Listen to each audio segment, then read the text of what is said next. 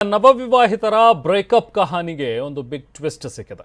ತನಿಖೆ ವೇಳೆ ಪತಿಯ ರಂಗಿನಾಟ ಬಯಲಾಗಿದೆ.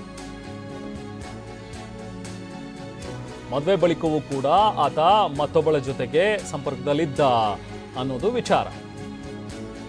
ಪತ್ನಿ ಸೀರೆಯನ್ನ ಪ್ರೇಯಸಿಗೆ ತಗೊಂಡೋಗಿ ಕೊಟ್ಟಿದ್ದಂತೆ.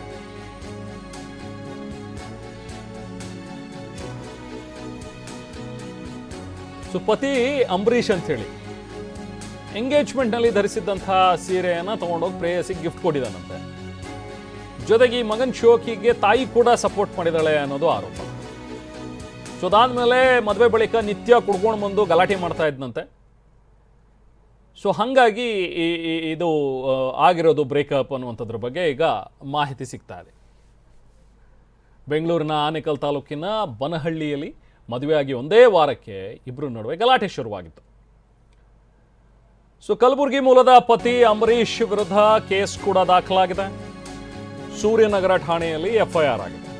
ಎಫ್ಐಆರ್ ಆದರೂ ಕೂಡ ಕ್ರಮ ತಗೊಳ್ತಾ ಇಲ್ಲ ಅಂಥೇಳಿ ಸಂಬಂಧಿಕರು ಆರೋಪ ಮಾಡ್ತಾ ಇದ್ದಾರೆ. ಪತ್ನಿ ಜೊತೆಗೆ ಜಾತಿ ವಿಚಾರದಲ್ಲಿ ಕಿರಿಕ್ ಮಾಡ್ಕೊಂಡಿದ್ದಂತೆ ಪತಿ.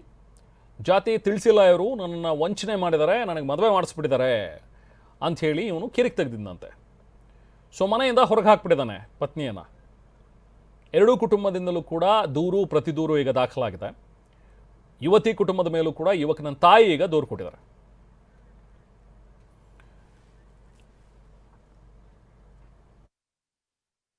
ತಂದೆಯವ್ರು ನೋಡಿದ್ದವರಿಗೆ ಅರೇಂಜ್ ಮ್ಯಾರೇಜೇ ಮಾಡ್ಕೊಂಡಿದ್ದು. ಕ್ಯಾಸ್ಟ್ ಎಲ್ಲ ಗೊತ್ತಾಗಿನೇ ಮದುವೆ ಮಾಡ್ಕೊಂಡಿದ್ದು. ಇನ್ವಿಟೇಷನ್ ಕಾರ್ಡ್ ಎಲ್ಲ ಓಡಿಸಿದೀವಿ ಸರ್.